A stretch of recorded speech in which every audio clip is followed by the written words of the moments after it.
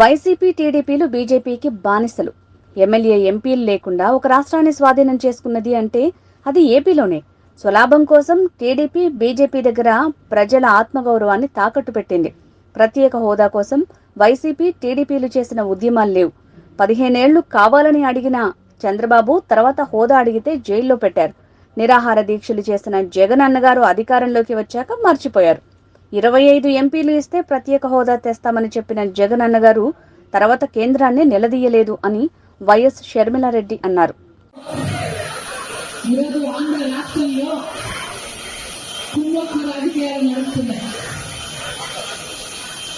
BJP అనే party కేంద్రంలో ఉన్న అధికారంలో ఉన్న పార్టీతో ఇది పాలక పక్షమైనా ప్రతిపక్షం టీడీపీ అయినా రెండు పార్టీలు ఒకరు ఒకరైపోయారు. అందుకే గత 10 సంవత్సరాలుగా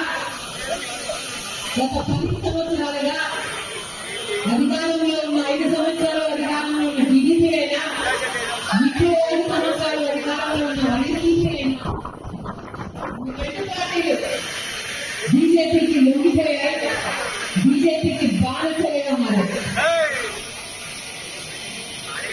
నిజానికి మన రాష్ట్ర ప్రజలు ఒక్కటంటే ఒక్క సీటు కూడా బీజేపీకి ఇవ్వలేదు, ఒక్క ఎంపీని గెలిపించలేదు, ఒక్క బీజేపీ ఎమ్మెల్యేని కూడా గెలిపించలేదు.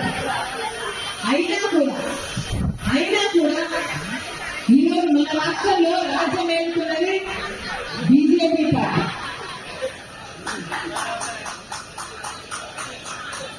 ఇది ఎక్కడ విడ్డు, ఇది దేశంలోనే ఎక్కడా లేదు.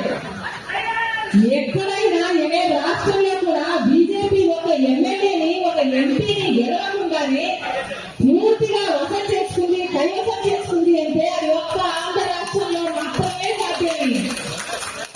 కేంద్ర ప్రభుత్వం ఎలా స్పెషల్ స్టేటస్ లేదో చూద్దాము అన్నారు. ఆ తర్వాత ఎన్నికలు వచ్చాయి, ఆ తర్వాత జగన్ గారు ముఖ్యమంత్రి అయ్యారు. ముఖ్యమంత్రి అయిన వెంటనే స్పెషల్ స్టేటస్ గురించి కొట్లాడతారు జగన్ అనుకుంటే ఒకసారి కూడా జగన్ గారు మరి స్పెషల్ స్టేటస్ న్యూసే ఎక్కలేదు. ఒక్కసారి కూడా స్పెషల్ స్టేటస్ గురించి ఉద్యమం చేయలేదు, ఒక్క నిజమైన ఉద్యమం చేయలేదు, ఒకసారి నిలదీయలేదు. కనీసం మాట వస్తమైనా కూడా స్పెషల్ స్టేటస్ ఏమైంది అని బీజేపీని నిలదీయలేదు. దాంతో స్పెషల్ స్టేటస్ కాస్త మొత్తానికే మూలన పడింది. ఈ రోజు మనకు స్పెషల్ స్టేటస్ లేదు కదా, కనీసం ఒక స్పెషల్ ప్యాకేజీ కూడా లేదు. పోలవరానికి 90% నిధులిస్తామన్నారు, అది లేదు. రాజధాని లేదు. చంద్రబాబు గారేమో ఒక రాజధాని అంటే జగనన్న గారేమో 3 రాజధాని అన్నారు. తీరా చూస్తే ఏ రాజధాని ఎక్కడ ఉందో ఎవరికి అర్థం కావటం లేదు. అసలు రాజధానియే లేకుండా పోయింది, అసలు రాజధానికి అడ్రస్సే లేకుండా పోయింది.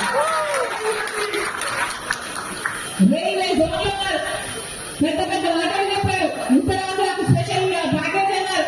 ఇలాంటి ఎన్ని మాటలు చెప్పారు, కానీ బీజేపీ ఇచ్చిన వాగ్దానాలలో ఒక్కటంటే ఒక్కటి కూడా నిలబెట్టుకోరు. సంవత్సరానికి 2 కోట్ల ఉద్యోగాలు ఇస్తామన్నారు.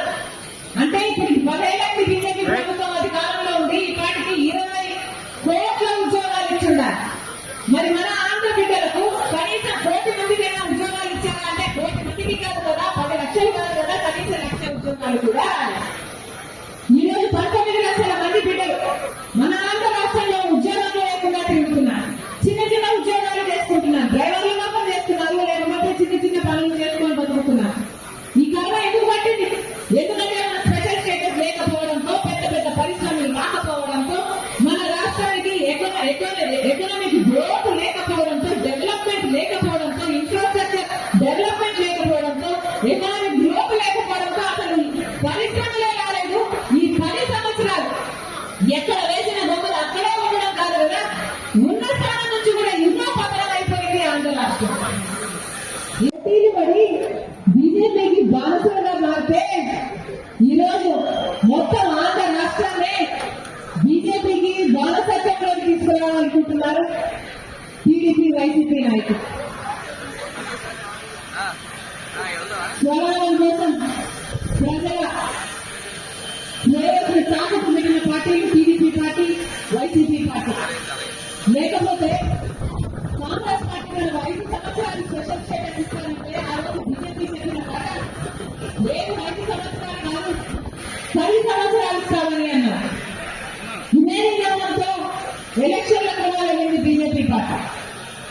ఆ రోజు తెలుగుదేశం పార్టీ చెప్పిన మాట 10 సంవత్సరాలు సరిపోదు, 15 సంవత్సరాలు ఇవ్వాలి అన్నారు.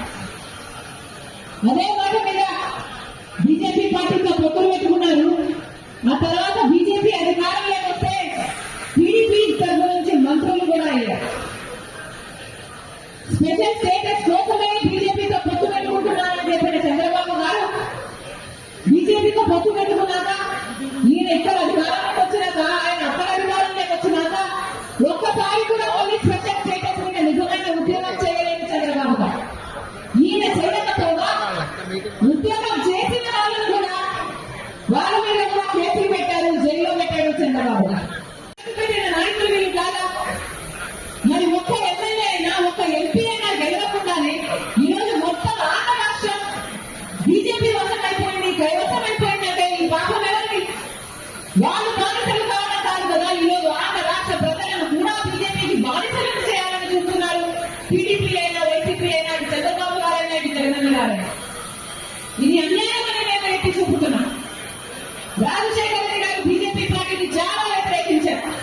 ఎందుకంటే అది ఒక మతతత్వ పార్టీ కాబట్టి, మతం పేరు పెట్టి చిచ్చు పెట్టి ఆ మండలం చలిరాచుకునే పార్టీ కాబట్టి.